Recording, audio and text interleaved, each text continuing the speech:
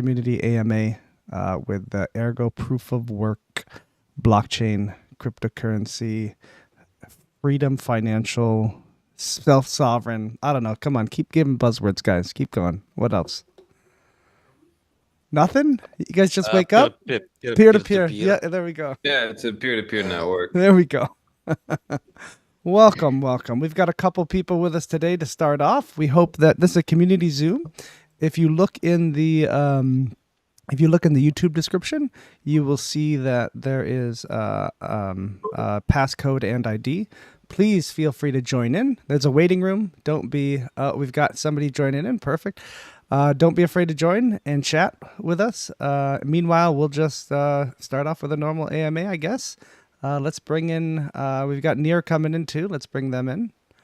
Hopefully, we don't have any bad things happen in these kind of circumstances, but my finger is on the ban trigger. That's for sure. We'll see how that goes. All right, what's new, guys? How's subblocks going? How's Joe? You're talking a lot about side chains. How's that going? Sigma chains, all that good stuff.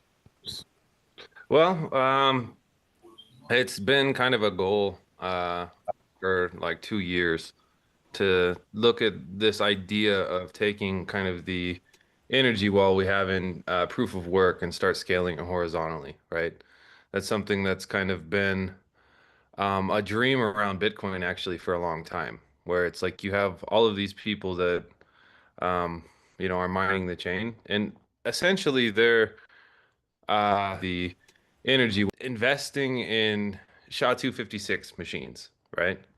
And it creates this security wall that secures Bitcoin. Long term, there's kind of a question in terms of the economic sustainability of that model, right? After we see a couple of halvings, the miner reward from the blocks is, on its own cascade downward.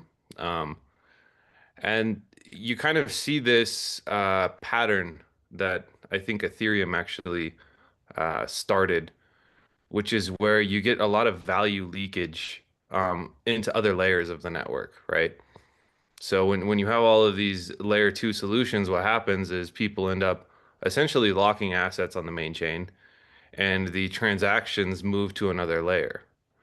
And the downside is that kind of acts as like this parasitic form of value leakage from miners to, whatever set is securing the layer two. So it kind of represents this net loss in rewards, right? And to some degree, that actually makes the sustainability more questionable because not only are kind of the security subsidies of the blocks dropping, but the transaction demand on the layer one itself is dropping simultaneously, right? And that's problematic.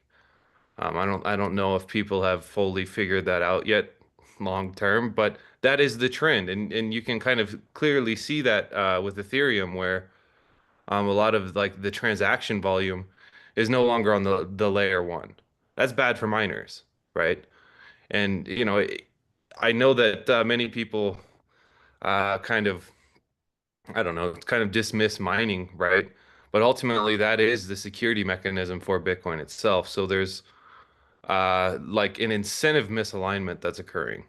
And I don't think it's fully shown up to where it's popular enough to like broadly talk about, but it's starting, right? There's starting to be questions like, okay, well, what happens as an example, what happens if we need to update some of the old address structure, right? Well, you're going to end up changing a lot of the assumptions on the base layer. If you say, okay, well, we're just going to kind of try to force this upgrade and how many people lost their keys, how many people, have kind of zoned out to where, if there was some sort of threat, they're at risk, right? We're already starting to see mainstream talks about that. We're starting to see discussions about demurrage on Bitcoin. Um, you're also getting a lot of people hacking around on Bitcoin and on top of Bitcoin. And, I guess with Rosen, we kind of both with the bridge and allowing Bitcoin to access other L1s as kind of this smart layer, and Also playing around with runes and op returns and stuff. We're like hacking around on Bitcoin for things that it wasn't necessarily intended for, right?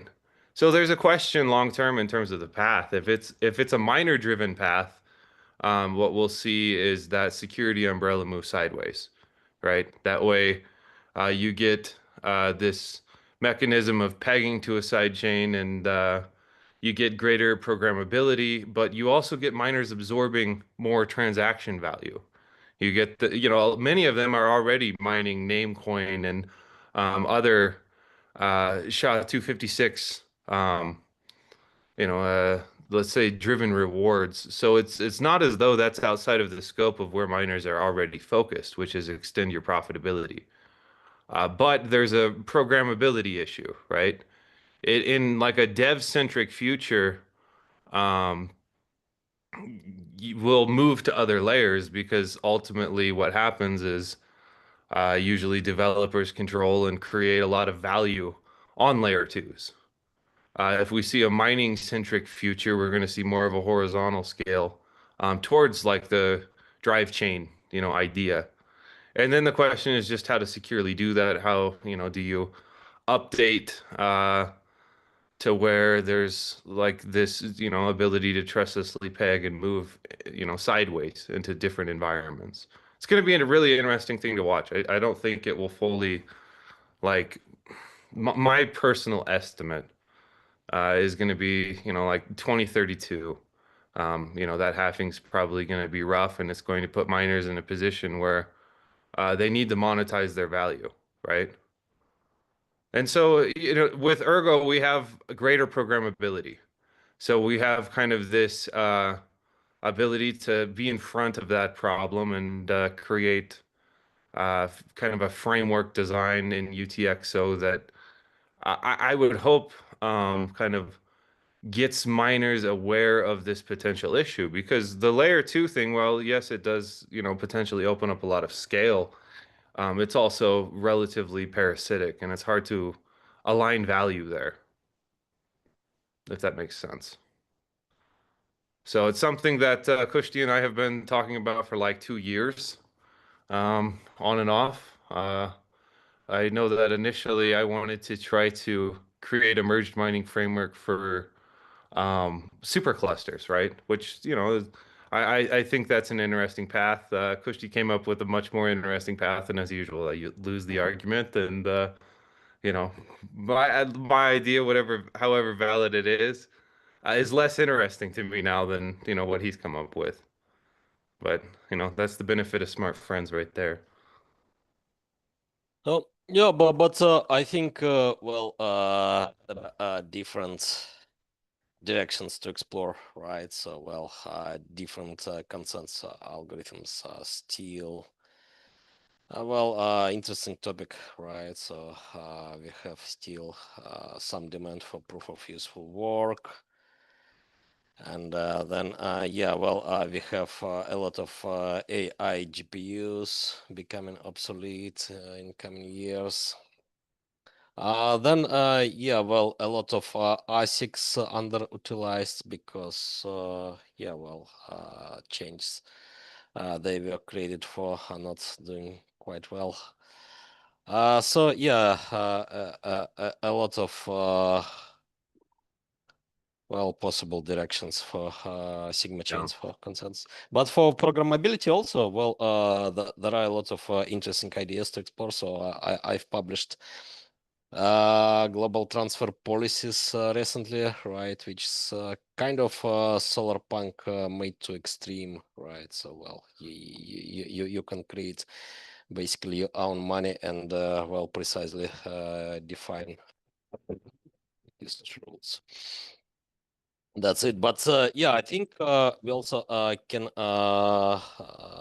do more interesting experiments. So, in recent few days, so I probably got an idea how to do pretty efficiently also kind of dark tokens, right? On well, maybe Ergo even in future, but probably better to start with sidechains, right, before doing some hard fork on Ergo to do some evolutionary developments, right, on the main chain. Well, so the idea for dark tokens is to use not just numbers as amounts, but possibly arbitrary bytes, including encrypted amounts, right? And then you can use global transfer policy, which are checking that encrypted amounts are correct, like done in Monero, for example, with bulletproofs, right?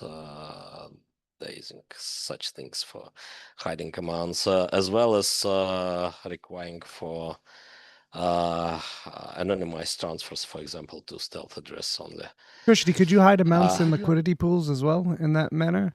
Like if you had, because anytime you exchange, right, you're going to expose the amounts that you're exchanging. But if you could hide the amounts in the liquidity pool as well, you could potentially completely obfuscate the transfer process right there, or the swap. No.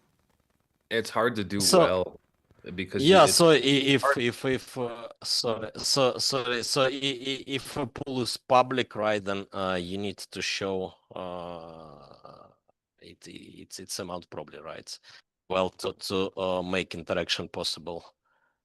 So you can do somewhat pooling, but more limited than public liquidity pools, right? So you can use kind of dark pool, but yeah, well, with hidden amounts, but maybe to with possible opening of chain, something like that. But yeah, well, in general, so if you have just liquidity pool, well, which is public, so accessible to everyone, then yeah, like everyone is needed for some efficient on-chain method to get, well, amount of assets there. Otherwise, how can you trade with it? Yeah, it's problematic. Imagine like trying to set a limit order, but you can't read other limit orders, right? Or True. True. you're trying to move into a pool, but you have no idea what the liquidity and the slippage is. All right, so there are some areas where it's like you need some mechanism to understand data to make a decision. And so if everything is totally private and you have no ability to read it, the DeFi kind of breaks down. And that's been an interesting problem to watch in the space. I've seen, I don't know, some people kind of like, I call it ZK spoofing, where it's like maybe there's a central server that can read everything, but users can't. And then like your trust assumptions in terms of like who can read and manipulate order flows, etc., just moves to a single party. Right. So yeah, if it's controlled by a single of you party, then yeah, it's can be done in zero knowledge, right? Proofs generated by those trusted parties, but that doesn't make sense basically. Yeah, it's one knowledge proof. But that's how people are usually trying to solve it, trying to sell solutions, let's say.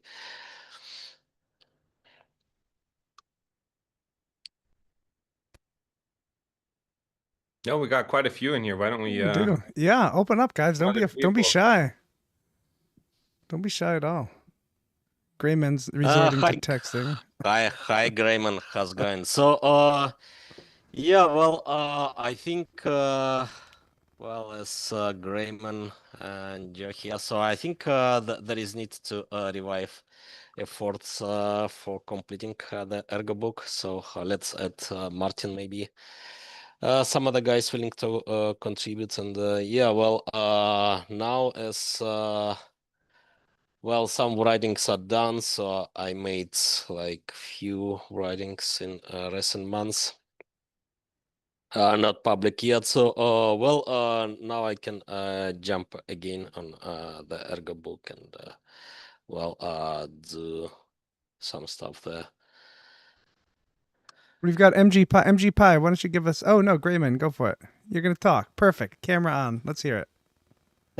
I was just gonna say, I'm sorry, I've kind of fallen off on that. I've been pulled in a lot of different directions recently, but where I was sort of stuck and gonna try and I got halfway there, and the other half you had requested that I review um, the free banking era in America. And I've been reading up on that in a number of sort of weird contexts on a state by state basis instead of a federal basis. It's interesting.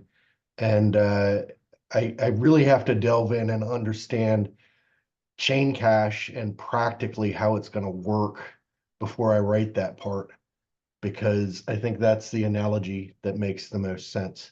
So I've been looking at that a bit, but then I've got two new clients and crazy stuff going on with my family. So it is what it is. Life moves on, but I'll get back to it soon. Oh yeah, that would be amazing. So yeah, for chain cache, we now have even some new contributors, right? And yeah, well, still the blocker is the same. So yeah, we need to define who will use it, right, and how to do UI then. Then yeah, like foundational aspects do matter a lot here in this definition.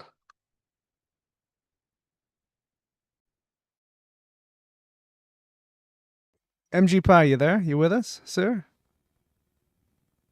He's there. Perfect. Hey, Nice. Where are you? Are you in Japan? yeah, I'm just leaving the office right now. Nice. Um, Safest city in yeah, the but I can world, talk. right? Yeah, Awesome. Tell us about your nearing release of your. So, for those of you who don't know, MG Pi is when he's not being slaved by Dan and forced to work for zero pay for Palmyra and Zengate. He runs a consulting and dev firm called Four Eyes. So the Sigmanauts have hired Four Eyes a bit back to create Sigma Lock. And why don't you give us an update on that, MG, if you got a sec? yeah, for sure. So, um, we're quite excited for this release. You know, we've been working on it for quite some time. Actually, well, unfortunately, it's been like a year since like start, but I couldn't work on it until like last Oh, month, we don't want to like hear excuses, MG Pi. for Just focus. dive right into it. But yeah. But I'm very excited. You know, a lot of work's been put into it, but I written from scratch like an entire like indexing framework in Golang, which is like a language which like very few Ergo apps, if any at all, are written in. So it's, you know, it's completely done from scratch. And this will allow like really good user or performance for the users on the user end. So people will see any like transaction they do for like a specific contract like instantly, right? Because we're not querying the blockchain or anything, right? Or in parsing the transaction. You're querying a backend directly, which stores the exact data that you need. So it's really fast. So it's a good user experience. And I've included indexing with mempool, which is like big. It was like so much like extra work. Because you know there's so many edge cases you got to handle with like transactions dropping or being replaced and so on. But with this indexer, it considers all that, and as soon as a user makes a transaction, it's going to show up in your UI. Like you'll see it, and then you can see it confirm in real time and so on. So, you know, we're really focusing on the user experience and making it as good as possible, because the idea is that this project it's going to be completely open source. So anyone in the community, you know, can take a look and fork it, use it however they want. And but for me, the main goal is to have like a foundation to just like continuously build on, right? You get it right the first time, then you just like copy paste like the boilerplate framework for all your other projects. And furthermore, you know, I spent a good amount of time on it too to be ready for like sub blocks and all. So if I ever want to integrate that, you know, it's ready to go. That's awesome. That's awesome. And so for those who don't, yeah, Yeah, you want to go ahead and explain what Sigma Lock is, what yeah, the yeah, yeah. project is about? Yeah, so the idea was, we have locking things on, we have things like HODL erg, And HQ just came up with a locking mechanism like an hour ago. Just announced it. Congrats, HQ. But we wanted something that was more of a something I could sell to my grandpa or my somebody like that.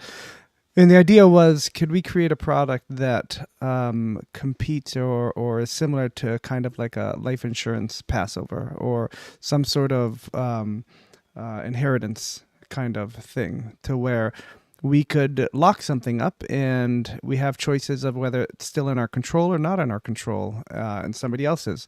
So the idea was that let's have a system that somebody can go to.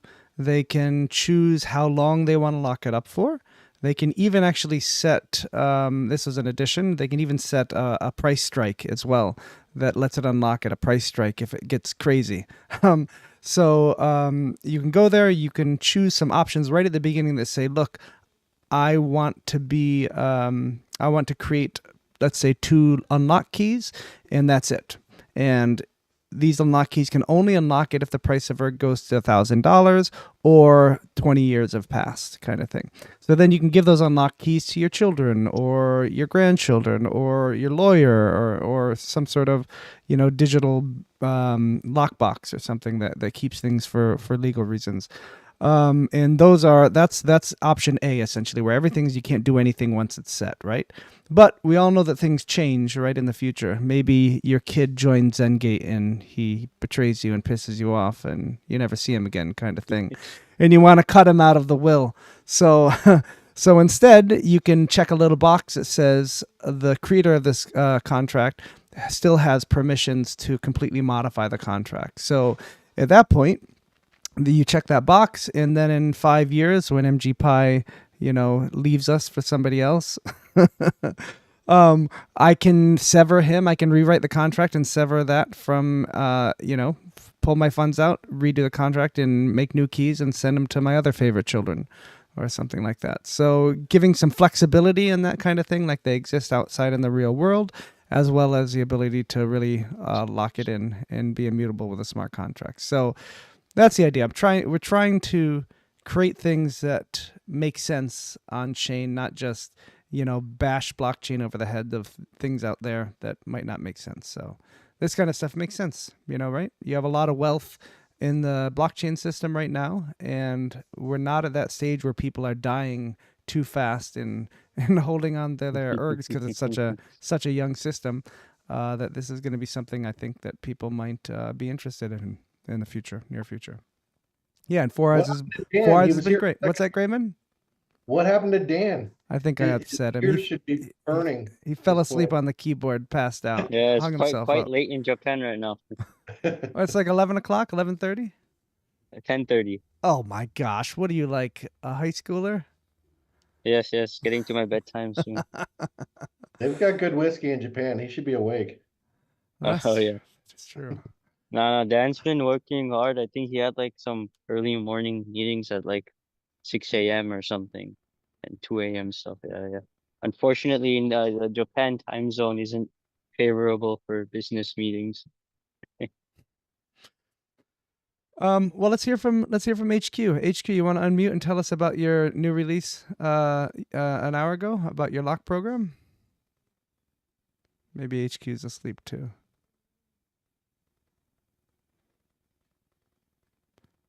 Hey, good evening, everyone. Hey. So, new log is basically more simple way of doing this. Like it is not backed by any backend. It is already done on Explorer. Uses the Explorer APIs to fetch the boxes. It is simple. Just go and do. I want to log this much till this height, and the person who creates the box has the only right to unlock it.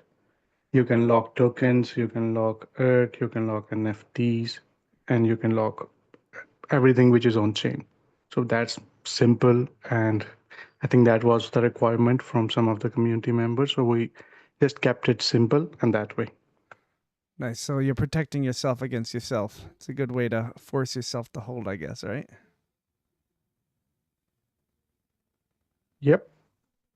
Maybe you can put that new Mew you got in that lockbox, HQ.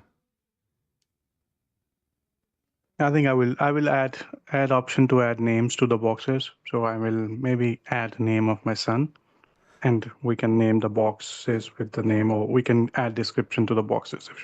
Oh, Yeah, that would be nice. That would be cool. That is cool. Very cool.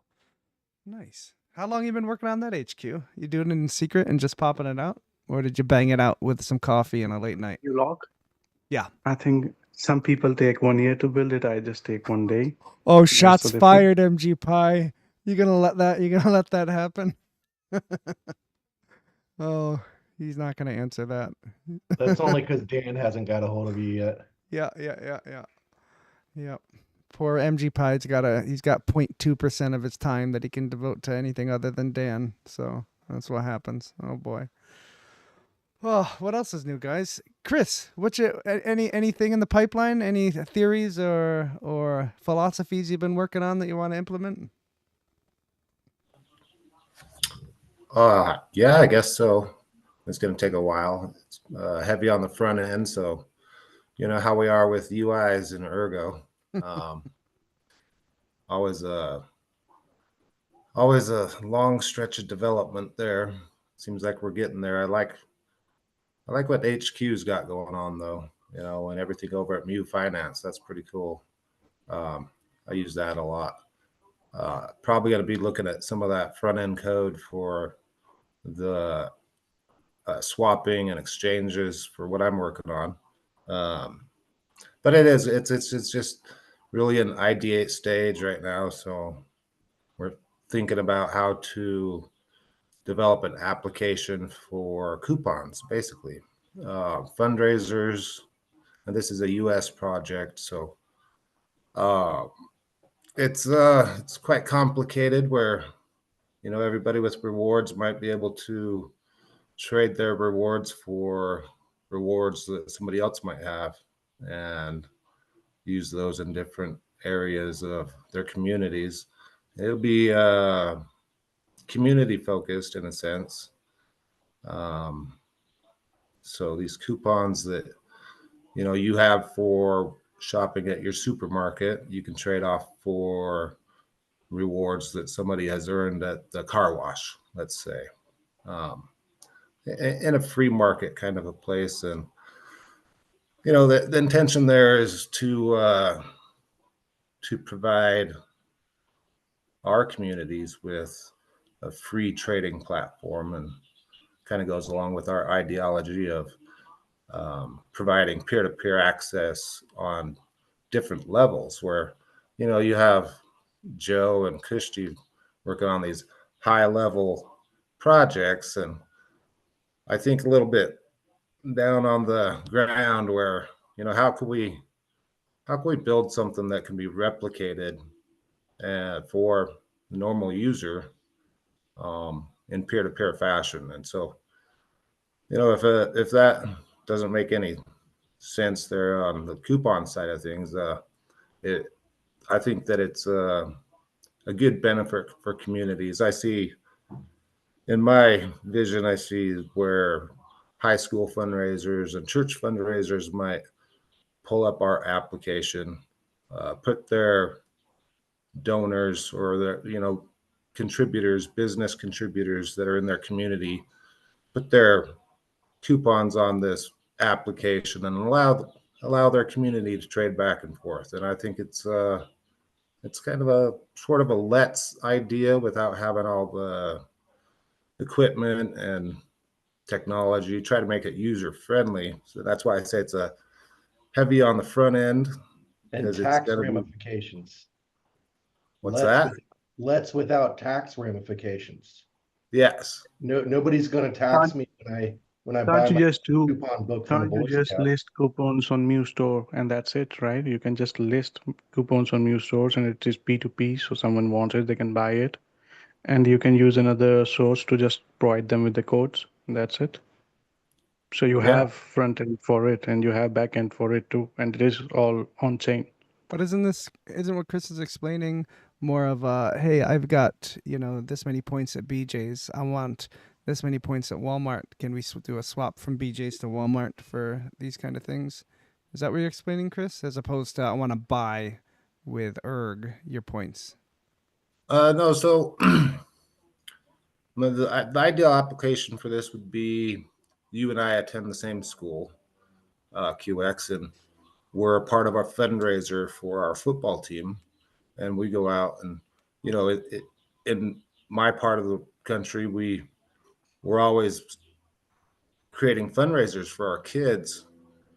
And it's sourced from community businesses mostly, where a business says, yeah, they'll contribute and they'll give these offers, and they create a coupon booklet, usually a physical item, and then these kids can go out and sell these coupon booklets for $20, $50, different prices, and then the community can have a coupon booklet to go out and buy different things from the community. Well, what I find is that I don't use half of that booklet when I buy one. Okay, so these coupons still have value, and I might end up giving them away, giving them to one of my sisters, one of my brothers, or grandma. And the idea would be that QX, you like a particular item in that coupon book, and I like a particular item in that coupon book, and we create a market that allows us to trade back and forth. This is on a very, like I say, on a very small scale in a community. And so your points of value where you have 20% off on a frozen custard. Hey, I want in on that, Let me give you 20% off on what do you like? A hamburger? What is it, And so creating a very small trading platform for each individual community. And HQ putting these kind of things on Mu Finance it's a great idea.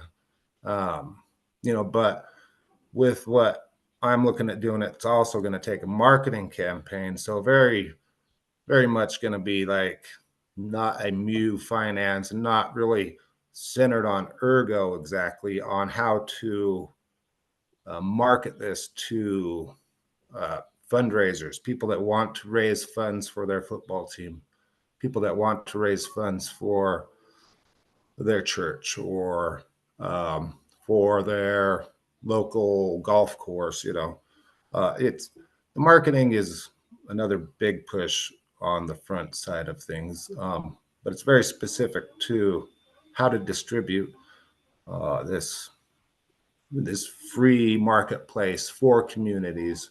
And it's going to be very little on the marketing side about blockchain and how to use peer-to-peer finance, but the underlying message of peer-to-peer for communities is the fundamental the foundation that I'm going to be standing on to do it. So that's kind of what's in the pipeline. It'll probably be a year or two before something like that really rolls out, just with all the work that goes into it, but definitely going to be running on Ergo. So if you want to market it to the fundraising people, then you got to make it easy for them to reach out to the sponsor people. That's going to be the trick, is making a nice interface for that. But don't tell us how you're going to do it, because pretty soon it'll end up on MuMart too. You guys keep using this M word. I'm not familiar with it. Can you explain what this marketing? What word is that? I don't know what that word is. Oh Love boy. That's awesome, Chris. We got anybody got an update on Keystone Wallet? We got a question. Didn't PGR 456 give a good update? He just did something last week recently, Kushti? Oh, do we have questions? 1 second. Let me check. So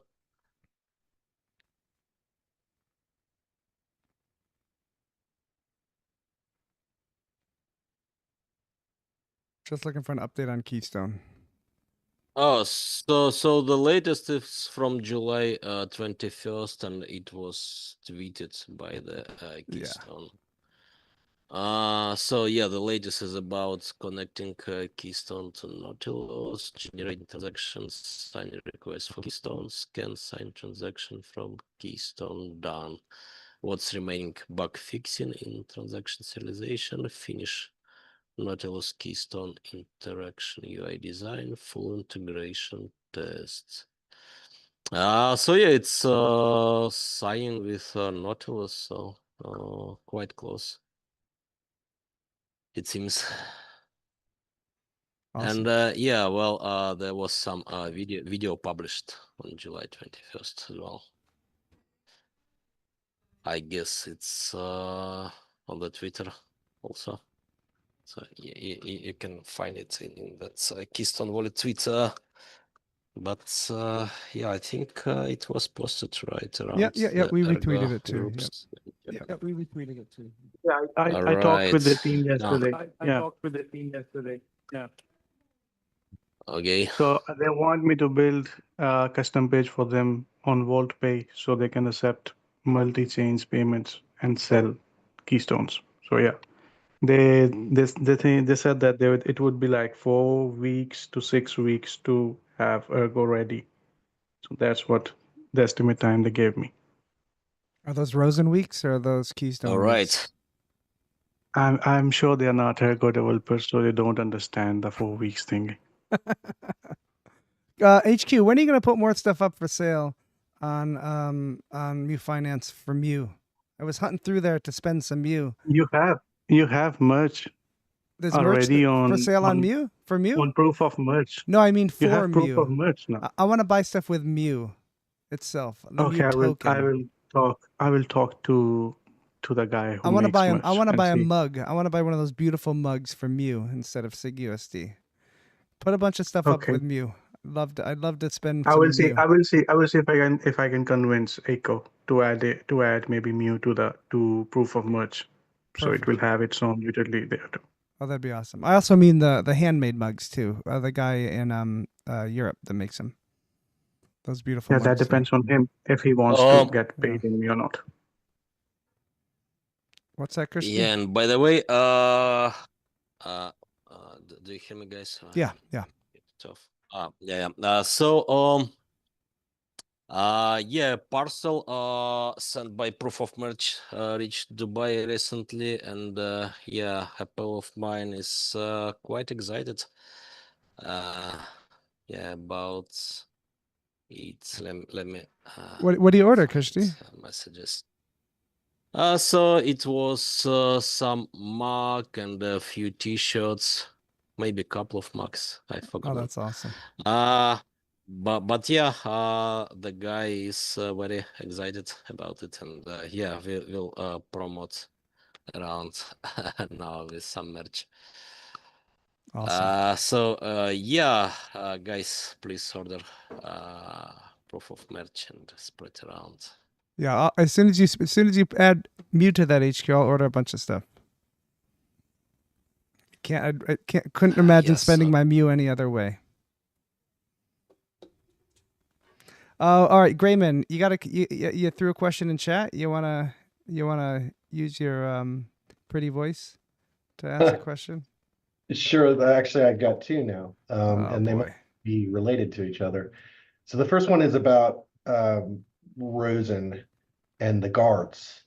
And it makes sense to me that it started out as a federated system because it was you. On some level, you have to start with trust to build a trustless system, right? You have to start with people that you know are, I mean, it should have some slashing and other tools to make it so that you can punish people that act poorly.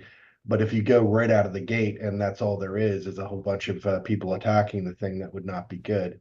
But eventually, to get to the stage where it's sort of living in the wild, and if Joe gets hit by a bus, and so do all the other devs, Jesus, Grayman. It still lives. Okay, carried off by an eagle, whatever it is. A bear. Bear's more appropriate for Joe. Fells a tree on himself. Then we needed to keep going. So you got to have a way for these guards to be permissionless, right? How do you do that? How do you transition from one approach to the next? Joe, let me fix this real quick. Let me fix one thing real quick before you jump in.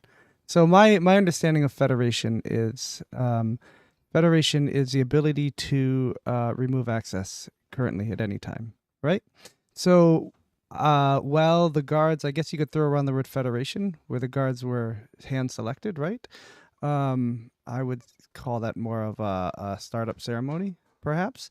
Selected. Once they're selected, essentially slashing can begin, and there's no federation in that Rosen can say, "Oh, Sigmanauts, you're out. Bye. We're just selecting you and removing you." It would still take the other guards to perform a new ceremony to include, some new signing keys and all that kind of stuff. There's no federation currently, I believe, with the Rosen guard set. There's a selection process, yes. I would be hesitant to say that the guard set become like the Watcher set, where it's permissionless. And Joe can correct me if the vision of Rosen is different than this. But as far as I understand it, the guards are always going to have a choice whether they perform a ceremony to include people or not, right? At some point. So that's always going to be somewhat of a selection process in that manner, different from the Watchers as far as that goes. So I don't believe it's federated at this point, because there's no way for people to be removed without the full guard set being able to be involved with that. Joe, go for it. Sure. So in starting, let's say in starting Rosen, the ideal would be that you have like some sort of collateral, right? In order to set up that set, right? Some like economic treasury that backs like the value being transferred. And I think that if you're trying to bootstrap like a peer-to-peer community locally, one thing that I think is very valuable collateral is actually a history of proof of work, right? So it's like, okay, this person has a skill set and they've demonstrated like the ability to create value, right?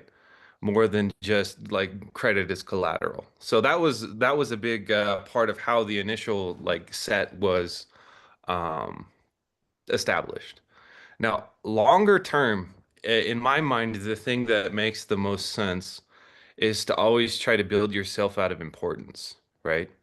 And I think that there is a powerful way to potentially do that, where you actually create an avenue to where you allow multiple various guard sets to use the same second layer, right? So let's say that Gray Man and Byron and Chris get together and say, hey, we're going to form our own guard set with our own like collateral treasury, and we're going to actually start settling transactions for people. I think that having the ability to scale the guard set sideways beyond just a singular party is probably the best way to foster competition, right? And then it's like, as a user, you may actually get to the point longer term where it's like, okay, you want to transfer, asset, from here to here. Well, you have multiple intermediaries you can go through that have various levels of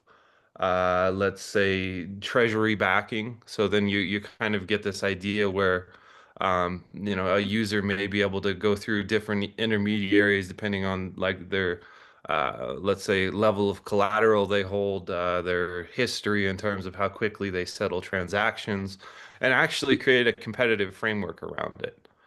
It's kind of hard to make it fully like I would say non-federated. So the best way to foster competition is then to create open competition between federations, if that makes sense. But yeah, I think that should always be the goal. Is it's not necessarily to build solely to capture value, but to build in a way is then to create open competition between federations, if that makes sense. That then it's like they have this avenue to come in and potentially outcompete the original guard set, right? And potentially they could adjust like how quickly things settle, but that comes with trade-offs, right? You may want, if something moves faster, you have less confirmations, and especially in like proof of work, there's always this idea that energy added to the chain enhances like the assumption of settlement, right? So sometimes if like you have like cross-chain mechanisms that are optimistic and they're faster than the chain's assumptions. I'm not sure how long we can go with that until something breaks, but that's more of an Can you also adjust fees? So could yeah, our potentially, yeah, Ergo potentially. to We come made up? I'm we sorry. m- we made Rosen super modular, and we haven't really flexed that to where it is possible to not just adjust the fee in terms of the bridge bases, it's actually token by token by token on the map. So we could potentially say, hey, perhaps we create a marketing campaign around this one token, or perhaps we make that a fee service where if somebody, locks Rosen or pays some sort of like let's say fee for that service, we could actually individually raise and drop the fees. Long term, that's powerful. Short term, governance can be like herding cats, and unfortunately, sometimes I'm like the hardest cat to herd. So it's like the blind leading the blind. But I do think that that like as a long-term path of creating a competitive federation of guards actually makes the most sense from like a free market approach and an open source approach. Otherwise we just keep building to where like my relevance increases, and that's not really the position I want to be in long term, is like more and more responsible. Ideally, if you build something that's open and has decent like security assumptions, you become less and less responsible as it kind of proliferates and kind of like this organic growth takes over. And that would be like the optimal outcome. So then the other question was about Nautilus. Hmm. And is it possible to just sort of gank some other wallet's open source code? I don't know, like Elementum Yeah. or whatever, and add BTC as a native and then build some sort of a structure so that I never have to leave my wallet. I don't go to a Rosen.tech app, but I just Hmm. my wallet, switch between BTC and RSBTC or other Rosen, Yeah, yeah. So uh, when we designed Nautilus, we did actually we re-engineered the back end to where long term we have the ability to support multiple environments, right? And that's important if you wanted like BTC in Nautilus, you'd actually need like information from the Bitcoin blockchain, right? And the other let's say component there that would be needed is going to be SDK to integrate Rosen directly into the wallet. And that's kind of been our, I don't want to say bastard child, but let's just say like it's something that we've been working on as we have the bandwidth, which long term, we've kind of been in this position with Rosen where the ability to connect environments is let's say a powerful base, but you actually need something on top to where liquidity providers can um, manage assets, right? It's one thing to be able to move assets into different environments, but you need some sort of uh, middleware on top to be able to like manage them in a uniform environment, right? Instead of a fractioned environment. And so we've been in this process of working with Hummingbot for quite a while. We actually were like next in the queue to get support, and then they said, "Hey, we're going to refactor a lot of our code and move towards kind of like a." I think a lot of it had to do with actually following liquidity, which is kind of natural, where they wanted to say, "Okay, well, we need to optimize this to." Support Solana because a lot of liquidity is moving to Solana. So we're gonna, refactor our code base to work more with that environment versus being more Ethereum centric. And then that kind of put us on a like a holding pattern for a while as they updated their code base. And they should be open to new connectors in version 2.8, which I think right now they just released 2.7. So hopefully we actually can get that kind of unified experience, and that makes Rosen a lot more powerful, in my opinion, because then you not only get quick arbitrages in different environments, but you also have a lot of central exchange connectors, right? And a lot of market making outfits will use Hummingbot, and then they'll just write their own parameters for trading, right? They do kind of come with the default settings, and usually people will throw up some Python scripts with whatever the, let's say, parameters of the project they're trading with are. So it's a really powerful tool that is coming online. Not just market access, but market making. Those two need to go together, and so far they haven't. So I haven't worried too much about like the liquidity and activity in Rosen because it's an incomplete product, in my opinion. Until that second layer is there, it's like, yes, we have this ability to move like let's say from Ergo to Cardano or from, Bitcoin to Ergo, but when you see the price slipping to where RSBTC is worth 131,000 and then Bitcoin's worth 117,000, and there's no ability to quickly balance that liquidity differential and the price differential, is something isn't fully complete yet. So we're getting there. I wish it was faster, but when you're working with third parties, I don't know. Sometimes you just have to like wait for your woman to get ready, right? There's, pushing it just makes more problems. So you have a pretty comprehensive and let's say old school understanding of the whole crypto space. Can you tell me, are there any other multi-chain wallets that are open source? I mean, of course, a lot of hardware wallets are multi-chain. We already talked about Keystone. Oh, I would say I think Cake is probably one of the better open source wallets around. It creates I don't know, a weird assumption where sometimes it's like they're fully open source, sometimes there's like partial, uh, I don't know, partial ability to view. But the most important thing is how are the keys stored and managed, right? And what are the terms of agreement? And the devil is usually in those details, in my opinion, because there are a lot of products that I'm just going to call them spyware, right? There's no other way to really put it. They're spyware. They're scraping your IP address. If you're submitting some sort of swap, they have the ability to kind of see your order coming in and act, in front of you, which is, somewhat manipulative. But Robinhood is a good example where, like as an application, to some degree, it's spyware and it's selling your information to Citadel, which is then front running you, right? That's not an ideal assumption. It's crazy. For markets, right?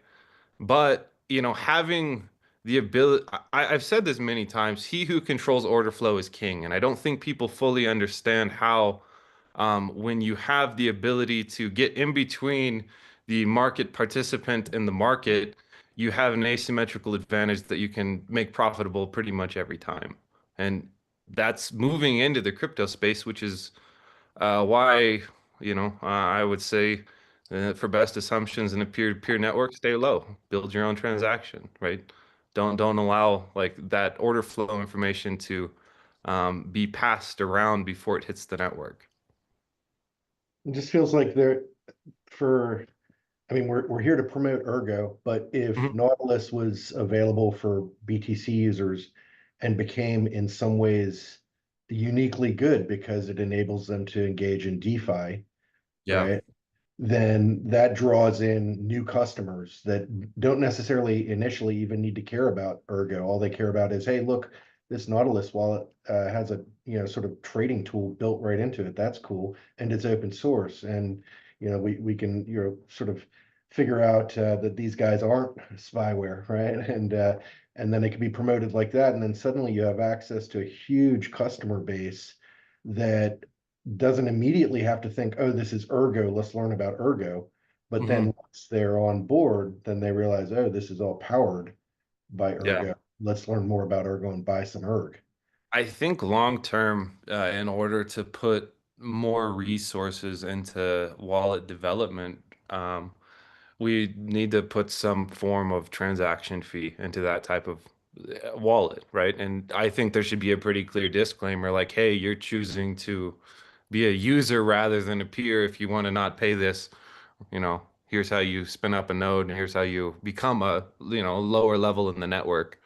Um, but I think having that mechanism to incentivize development would be big. We haven't done that yet just because there wasn't many options, and I think that again it kind of doesn't really make sense if you're the only game in town and it's open source and you're trying to just bootstrap like community to fee gate it right out of the gate. But I do think that long term that probably has value there in terms of like scaling into new environments and having kind of the incentive structure for constant support.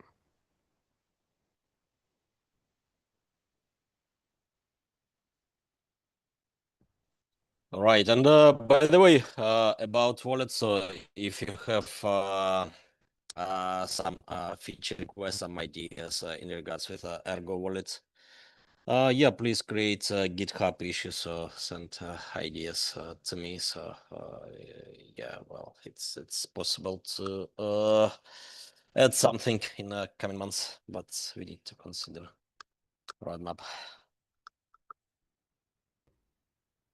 HQ, maybe you should make a Telegram bot that posts directly to different repositories for issues, so very normal people aren't afraid to post comments on GitHub. If you don't do it, I'll do it. But you have more time than me. Yeah, we can do. Yeah, no, we can have a bot which can maybe register people issues. But the thing is, you will have more nonsense in that than the real issues. Oh, Then you for have to sure. sort out the real issues. Well, yeah, that's where you come in. You can just sort that out on your free time. Who says that I have free time? I mean, you're building all this stuff. Obviously, you have a lot of free time. It's not that I have free time. I have free will. That's a different thing. Oh boy. Oh, we're at 10:01. We got another question. Byron says, "Who chose a meetup outside of snowboard season? Emission reduction over gliding." He's right, Joe. Why are we going to Colorado? Not when there's a lot of snow. Probably because people will be cold. It's funny, whenever Youth Denver happens, which is a pretty big conference in Colorado, every year you have people that fly in and then bitch, moan, and complain that, oh my God, it's so cold. Which it was funny. I was there, I think it was 2 years ago, where it was like the second day. In the mountains, usually you'll feel this instability in the air, where it's like you get these bursts of winds, which means the pressure's changing, right? And being from the mountains, you feel that, and you're like, oh, it's gonna snow. And you look at all of these, script kiddies from ETH that are wearing like shorts and flip-flops, and you're like, oh, they have no idea what's coming. And then 2 hours later, it's snowing and everybody's, freezing. And then, afterwards, you're like, oh, it's the worst experience ever because I went to the mountains and I forgot to bring a coat. So hopefully, hopefully we hit the season where the leaves start to change, which in Colorado is its own magic. And it's still like crisp, but warm enough that you can go enjoy that. You have trees with leaves in Colorado, not just conifers, evergreens? Oh yeah, the aspens. Oh, right. If they're hitting the point where they're turning gold, that's its own magic. Nice. Very nice. Oh, Byron, you're still in chat. You want to ask your next question live? You're still up here. If you want to pop up, that's great. Oh, put the pressure on me. Okay. Let me go back to the question. You were talking about Are intents the same as weekly confirmed transactions? Because I've been seeing like intents a lot lately, and I also reviewed the Ergo hack with CBK. So I want to know if that's similar to how you're doing it, Armenia, with the op return and RG. I don't know what the plus is. Oh, you're talking about RGB plus and intents? Yeah, RGB plus. Yeah, why don't you answer that, Kushti? I wasn't following the hackathon at CKB.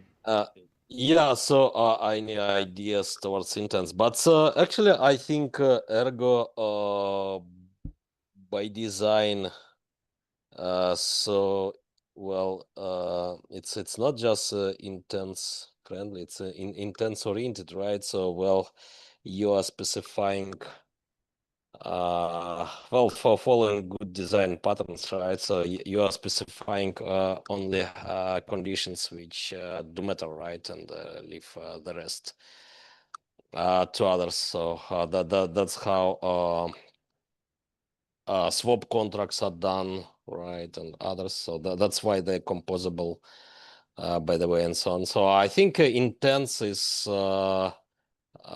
kind of product of accounts based blockchains like ETH, NEAR, and so on. So when they try to relax what's kind of strict contractual descriptions they have with the account-based approach, right? So that's kind of relaxation they're doing, and actually it's quite funny. So recently I've checked some like Dart tokens proposals for Ethereum, and yeah, it seems they all are implementing UTXO model actually, and yeah, I think well intents and also that thing from Ethereum count abstraction. So they're simply not needed here because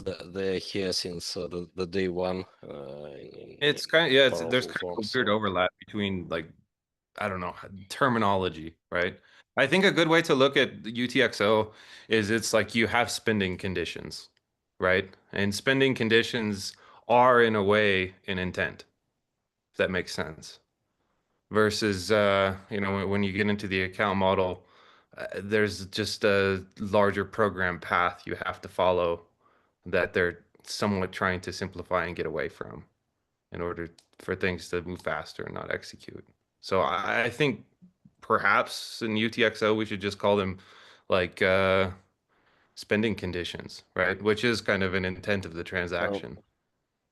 yeah, spending conditions, guarding propositions. So yeah, intents is basically a way to write them where you can you write well some minimum rights of spending conditions, but that's what you're usually doing right here in UTEX. So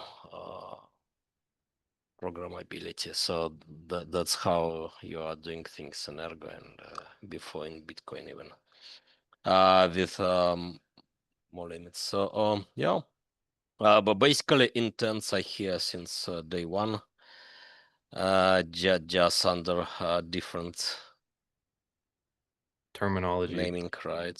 Yeah, well, which is following Bitcoin basically.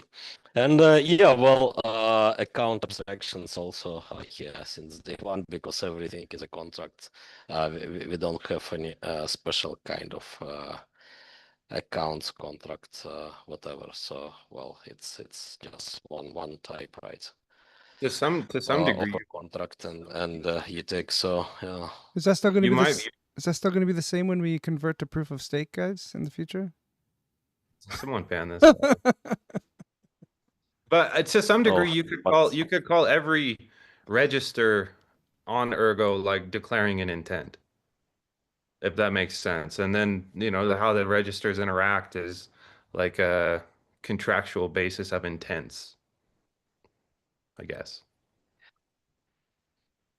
right. So, yeah, well, it's also the question of terminology, right? So, what's are we doing as community? So, are we pushing our own, or are we following Bitcoins, right? So, are we adopting and somehow modifying EVM? So, yeah, well, it's. I have a feeling that we are quite doing all the three things right in discussions. which also does make some sense, probably. It's hard to Can get. we start using OPS, outputs per transaction, versus TPS? Yeah, it's hard to it's hard to find like concise Makes sense. consensus about terminology even, which is kind of crazy, but sometimes like I don't know, sometimes when marketing leads the space, words don't mean anything. I mean, that's everywhere, even in That's everywhere. off-chain. It's Yeah, not just in blockchain even, but It's it's 5 like, companies that have the same thing and it's just named differently. Yeah. yeah. So it's I don't know. Unique terms can like dilute the value of language to some degree because there's it just lacks concise like boundaries of what it even means. Um, and I don't know. It like different language from different projects sometimes just pretzels my brain because I don't know like what does this concisely mean even. Uh, and then I have no idea what anyone's talking about.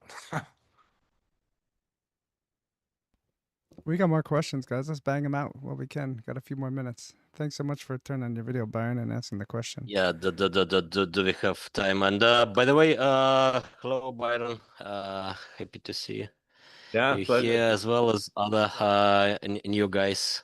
Gouldis, Zed, Nir, Hodi, Karim. Yeah, New so guys. please, I've been here please, since please. 2021, maybe 2020. He means First time on new video. on Zoom, Byron. He means new on Zoom. Oh, okay. Yeah, I got the but tweets to yeah, prove it. Kushti remembers everybody in the new on ecosystem. Zoom. Don't worry. New on the blog, but yeah, well, please join Zoom calls for more. We will have more, right, in coming weeks, maybe especially. Yeah, next week we're gonna have the same thing, so that'll be great. Andy's in the woods camping for 2 weeks, so we are doing this Oh yeah, instead of yes, AMAs. Yep, just for the yeah. next So actually, yeah, but I think it's a good initiative, right, to have Yeah, this more is- voices yeah, and yeah. more text format. 100%. You want to answer a few more questions, guys, or you want to call it? Joe's I'm like, here. I could Up go to back you. to sleep. No, Up to All you. right, let's see. We got 3 more questions. Stuff. Let's bang them out. This one's for Joe specifically. Is Machina Finance an order book DEX, or will it utilize the existing AMM pools also? Neither. Either. Neither. It's kind of a design that it's an old idea that it's like finally we have some bandwidth for. I would say it's called an order-based DEX. And so the cool thing about what we're trying to build is that let's say that Chris wants to sell an asset, right? And he has the ability to create his own local contract that's offering the limit of the asset, right? And so then you have this backend that's able to match all of these local smart contracts and kind of create unification of like just these UTXOs around the chain that are offering different, buy and sell limits, right? So it's not a book. It's like everybody creates their own pages, and then there's a matching engine in the background. And kind of the cool thing about that is longer term, it allows this idea for like automation of trading, where it's like, okay, if I want to buy within this range and sell within this range, I can create local smart contracts to facilitate that. So it's not really a order book because usually order books are unified, right? In terms of there's usually one party that's more or less writing all of the buy and sell orders in a book. It's order based and it's peer based. And one of the cool things about having a peer-based setup like that is again, you're operating from like this low local level where if if I create the sell order and Chris buys for me, you get a peer-to-peer contract interaction rather than having the bookmaker in the middle. So it's not AMM, it's not uh, order book. It's kind of this specialized UTXO order base DEX that then you have this ability to aggregate. And if we open source the aggregator, then everybody can essentially run the book if they want to, right? So again, you're kind of removing the central contract or the central bookmaker whether it's AMM or the order book, and you're creating just like this ability to create local orders and then match them. It's more decentralized than a DEX.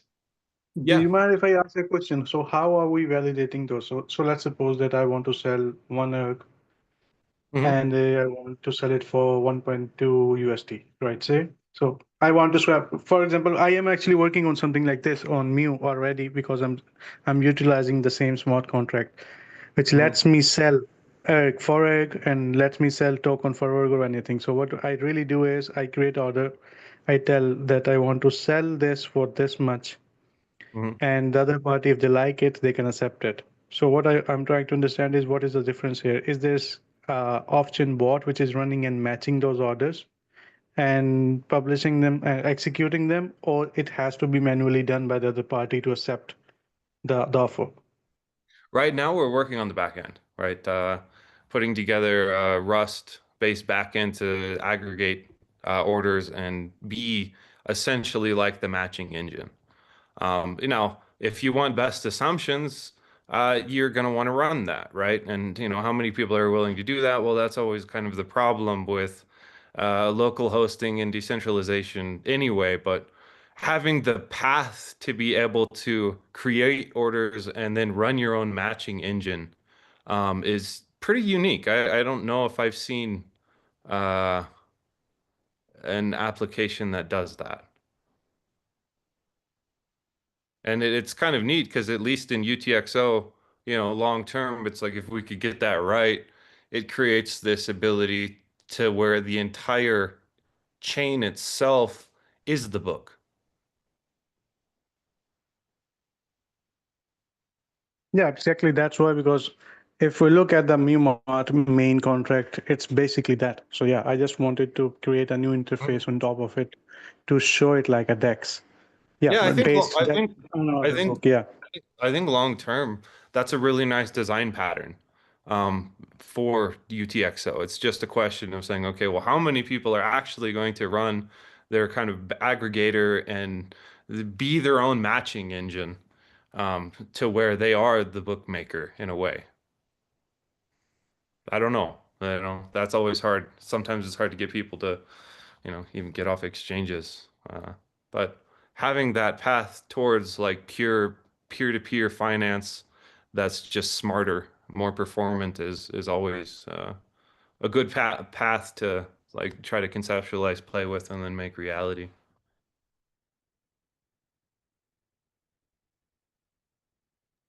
I guess we will check it out how many people will actually use that. So I think I can run an instance and see if people are even interested in that. Yeah, Because one of the things, I think long term, I don't know. I keep kind of like coming back to this idea that I've talked about over the years, where it's like I think probably for users anyway, you need like just light wallet that's more comprehensive, and maybe long term we need some sort of node package. We kind of saw that to consider, but that's also hard to build because then you need standards and contributions, and like it can be its own like centralizing. I don't know.